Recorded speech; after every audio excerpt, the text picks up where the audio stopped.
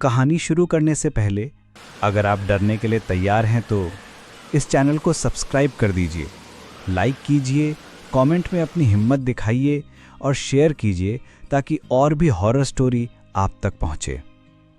रात के सन्नाटे में रतनपुर गांव के बीचों बीच खड़ा था एक पुराना बरगद। गांव वाले कहते थे इस पेड़ पर कोई औरत बसती है। जो भी रात को वहां से गुजरा कभी वापस नहीं लौटा। शाम ढलते ही पूरा गांव अपने दरवाजे और खिड़कियां बंद कर लेता।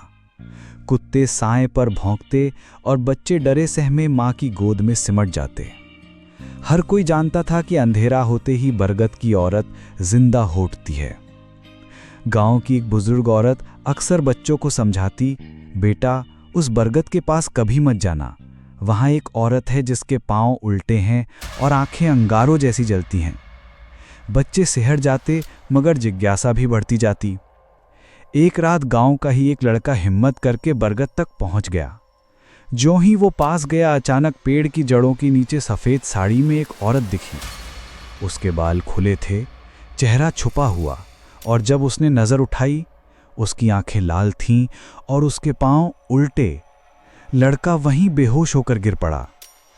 अगली सुबह जब गांव वाले उसे मिले, उसने कांपते हुए सबको पूरी घटना सुनाई।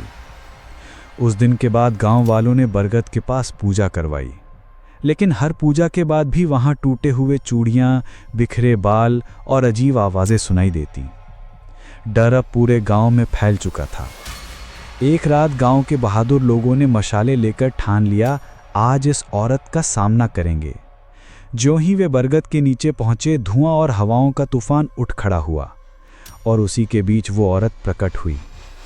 उसकी चीख इतनी भयानक थी कि मशालें कांपने लगी। गांव वालों ने मंत्र पढ़े, अग्नि घेरा बनाया और चीखते चीखते वो औरत धुएं में विलीन हो गई। गांव में फिर शांति लौट आई, मगर लोग आज भी कहते हैं बरगद की औरत मरी नहीं, बस छुप गई है। कभी कभी आधी रात को वही हंसी बरगद की शाखों से सुनाई देती है और राह चलते लोग बिना मुड़े तेजी से अपने घर भाग जाते हैं।